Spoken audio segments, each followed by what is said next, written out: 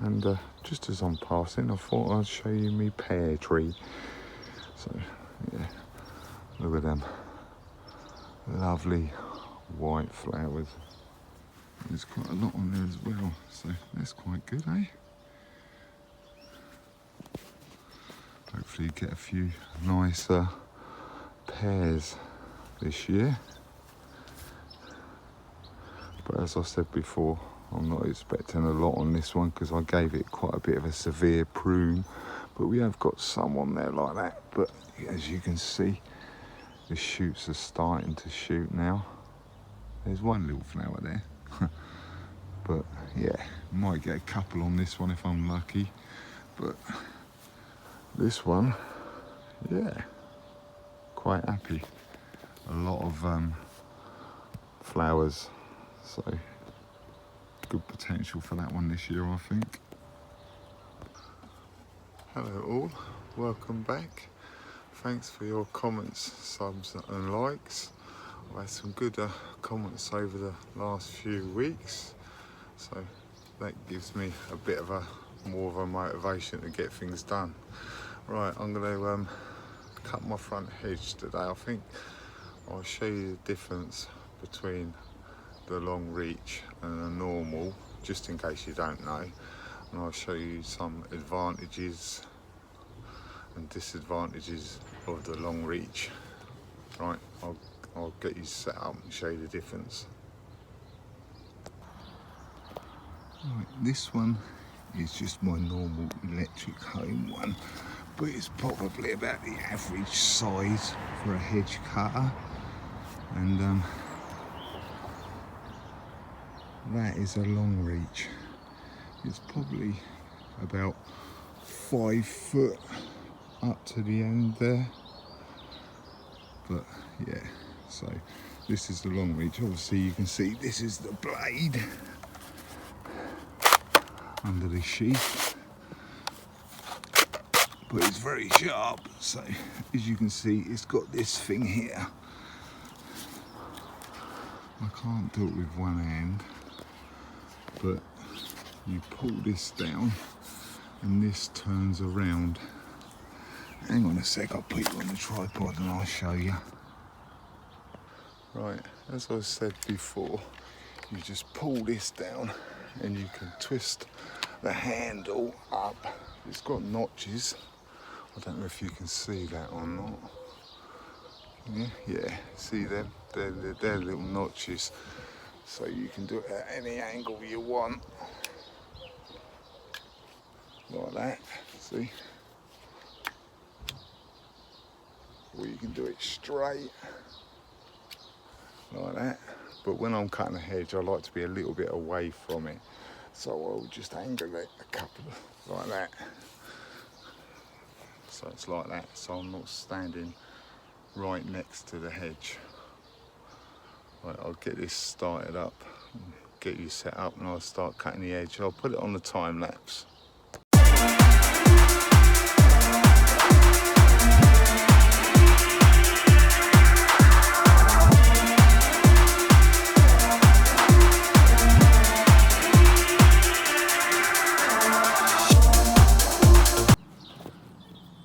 Right, there you go. That's that cut for a little while anyway. That'll do for the meantime. I've done my this hedge as well, so that should be alright for a little while again. So yeah, these are my broad bean barnyard exhibition. As you can see, look at the leaves. So they are well pot bound. They're starting to flower as well. So I need to get these out as soon as I can. So I've taken some of my shorter canes out of there. I've got them laid down there. I've spaced 3 of them out ready, but I need 15 stakes because I've got 15 plants. So they might be planted a little bit close, but we'll see how many we can get in here. So I'll get these canes in and you can have a look at that, and then I'll show you me planting them. I've put my 15 canes in for supports for my broad beans. They just about work in there, so we'll have to see how we go with spacing, but yeah, that'll do. So I just need to get them and plant them now. Right, today I'm gonna plant out my broad beans. I'm about 3 weeks away from my last frost date, but they really need to go out because they've started flowering. So I'll plant them out today, I think. I'm also gonna pot up my big cauliflower that I've got in a pot in the polytunnel. I'll show you the pot, hang on a sec. Right, I've got this big pot. I don't know what it is, but it's a lot bigger. It's going to be big enough for the cauliflower to finish and get established with. So I'm going to pot the big cauliflower up in this pot as well. So, right, I'll take you outside and do the broad beans first, I think. Right, I'm not going to show you all of them. I'll show you a few of them, but as you can see, they got flowers on, so they really need to go out. So we'll open these up. You'll see.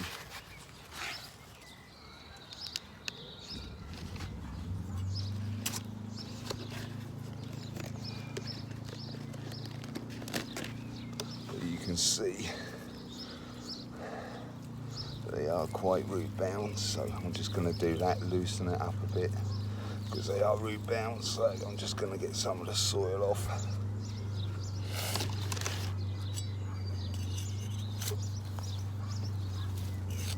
Get a nice hole.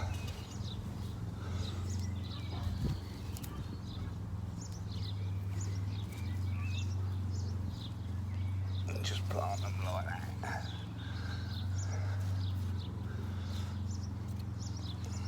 And another one. Again, quite root bound, so I'm just gonna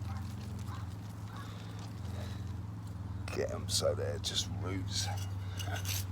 Then hopefully that'll stop them from just staying in one place, and then the roots are spread out nice.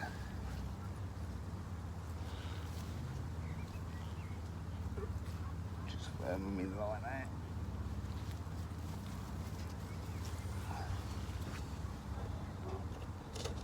I have got some of these tags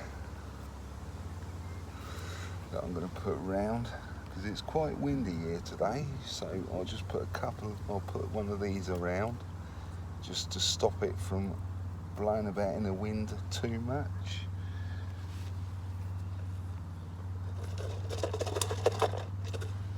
One on here as well.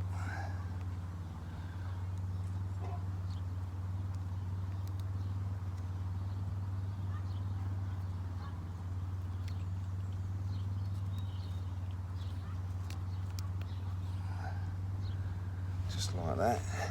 So I'll get on and do the rest, and then I'll show you afterwards. As you can see, I've planted all my broad beans and barnyard exhibition out now, but like I said before, all the leaves, all the top leaves are curled up now, so hopefully very soon, in a week, hopefully they'll probably be like that, like normal leaves, hopefully. So we'll see how they go. Or if I give my beetroot bolt hardy a bit of a water as well, and my cabbage, golden acre as well. There is a bit of slug damage, but yeah, overall not too bad really. And my winter radish red meat is rocking on a storm, as you can see. They're looking quite good. So, and these are my onions radar. These three here, onions radar. I've got my garlic Casablanca out the back there. And I've got more garlic Casablanca there. And these are my snowball onions. They're doing quite well. And I've got more radar there. And some more snowball there. And these are my snowball cauliflower. They seem to be doing all right. I'll give them a bit of water. Oh God, as you can see over there, the slugs have been starting to get to them, so I might have to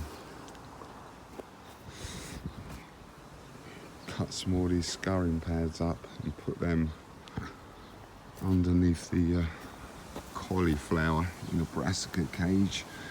But these are my more garlic Casablanca, so they're doing all right. They're not doing too bad. They're getting quite bulky now, actually. The same with the onions as well. As you can see, they're starting to bulk up pretty good. The spring onions I put in last week, they're doing all right as well. And these are my gooseberries. Look how well they're doing now. They're doing all right now. They've got loads of leaves now. And this is the black currant that I transplanted a little while ago. As you can see, looks like I've got some flowers that have set. So at least I'll get some black currants this year. These are my raspberries. They're going quite big. Raspberries, they're doing all right. But I've got some runners growing out the side here, so I'm going to have to dig them up and chuck them in with some stuff I'm going to give someone. So I'll take you in the potty now and get this cauliflower potted up in the pot. What I'm going to do with this cauliflower in the pot, I've dug some of my compost out of one of my compost bins. Still quite rough and ready, and still got bits in because it's like leaf mould and God knows what else. So what I'm going to do is, I've got some chicken pellets. Chuck a couple of handfuls of chicken pellets in there. And I've got some bloodfish and bone. And chuck a handful in there of that.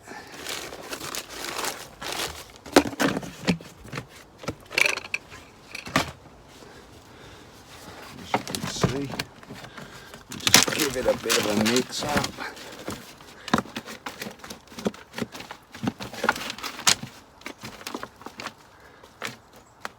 And I'll get you back up on top of the bench, and then I'll fill the pot up and you can see me potting it up, and I'll show you what the root system's like on it. I've filled this pot, but I've done the same trick. I put the same size pot in the middle, so I get a nice planting hole. I can't really show you, you can't really see because it looks a bit dark, but there is a planting hole there. So let's get this cauliflower, and I'll take it out of the pot and you'll see what the root system is like. As you can see, well established, so bonk. There you go, easy as that. I'll give it a little, I've still got a little bit of a stuff in here I can use to top it up a little bit.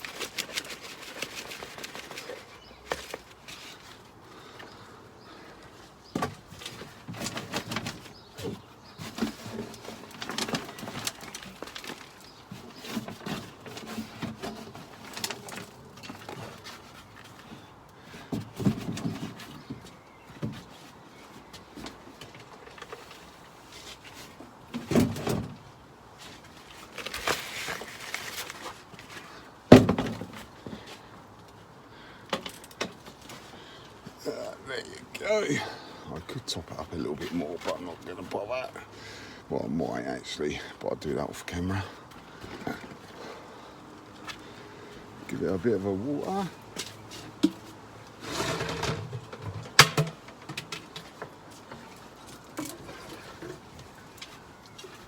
Just like that.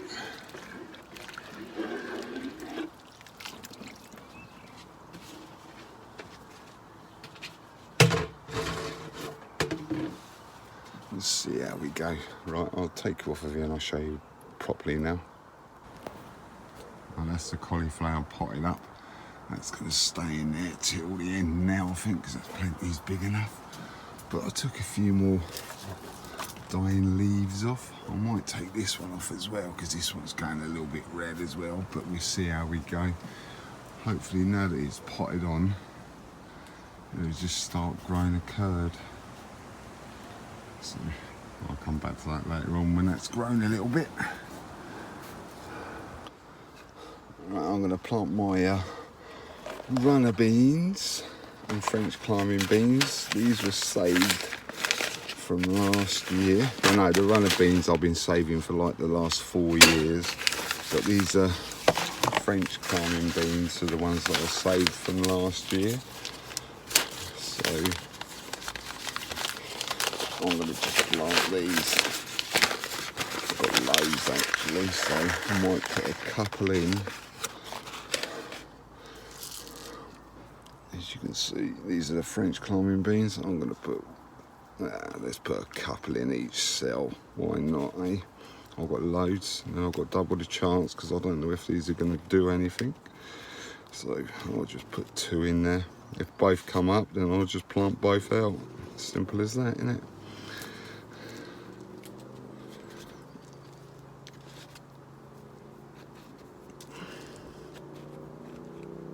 But these were quite nice actually. They were quite chunky, shall we say, when I first harvested them.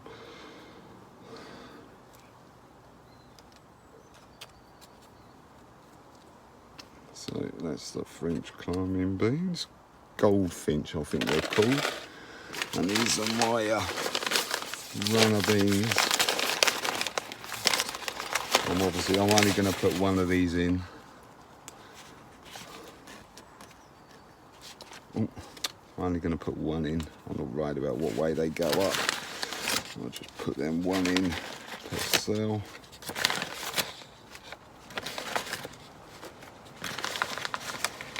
I need to finish that one off with the goldfinch, actually. So I'll have 4, 8, 16 runner beans, possibly, and 16. If both of the French climbing beans come through, I'll have 36 of them. So plenty of French climbing beans and plenty of runner beans. Put a couple of these in these ones, so I've got evened it out a bit.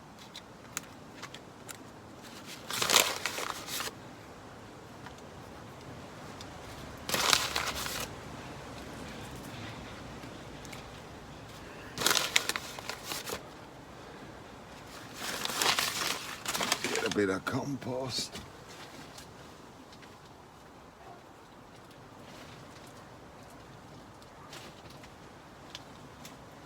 Chuck that on top. Actually, I'll better put the labels. Right, French climbing beans, runner beans, sorted. There you go. Let's see how we go with them.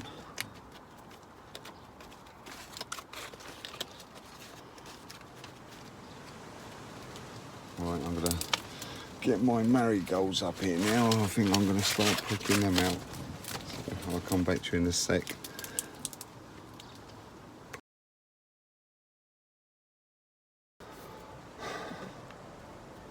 These are my corn marigolds that I'm going to pot up. into these 1 pint pots that have already got holes in the bottom. And these are the mini marigolds that I'm going to plant up into these little pots. So I'll get these pots filled up, I'll come back to you and I'll start pricking them out, show you a couple and then get on with it, I think.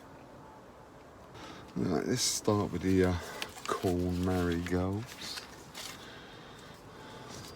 The labels sort of disappeared, the name of it, but hey, I know what they are. So let's break this up a bit. Oh, they're well matted together, that's for sure.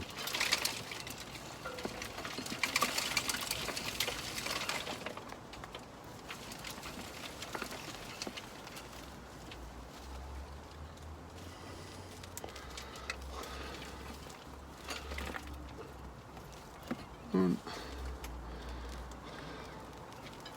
two.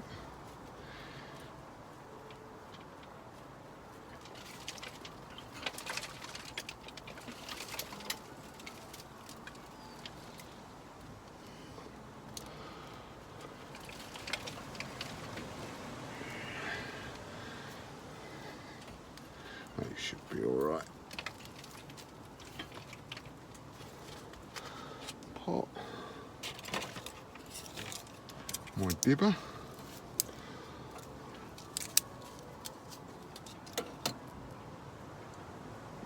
Actually, get my mycorrhizal fungi. Get a bit of this and that.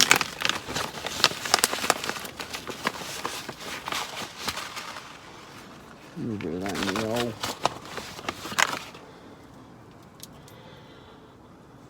Pull that up like that. And get a bit more soil compost in there, I think. Just like that. That'll do. So, again.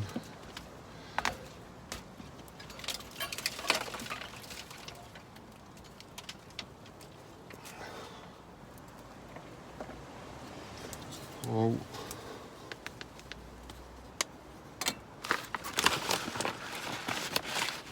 Bit of mycorrhizal fungi again.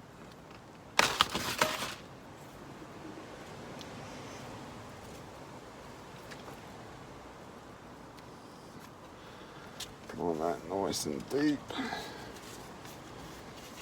Like that. I might as well show you all four, and then I'll just get on and do the normal marigolds. I won't put any mycorrhizal in with the normal ones. I'll just prick them out normally.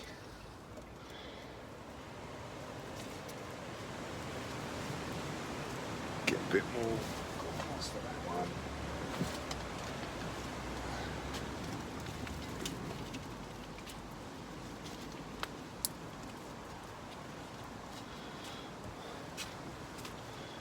Last corn marigold.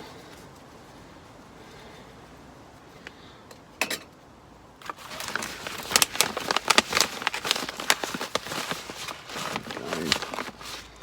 Mycorrhizal fungi.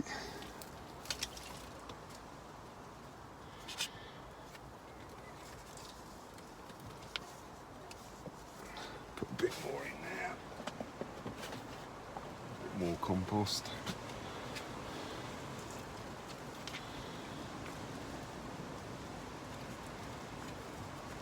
And that'll do for the corn. I'll show you me just doing one little marigold, normal mini one.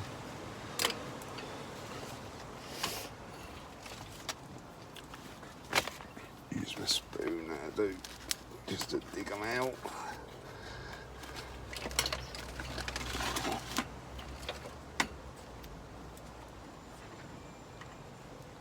God, there's a lot of roots on them ones, so yeah, I don't think these will take very long to fill the pot up.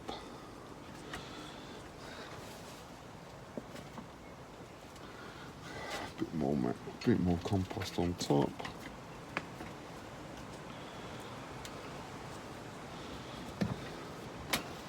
one more.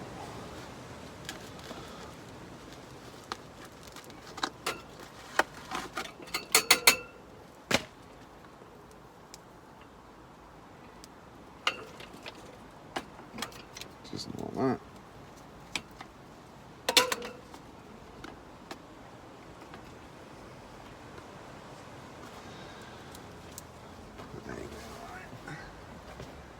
A little bit of a top up on the pot.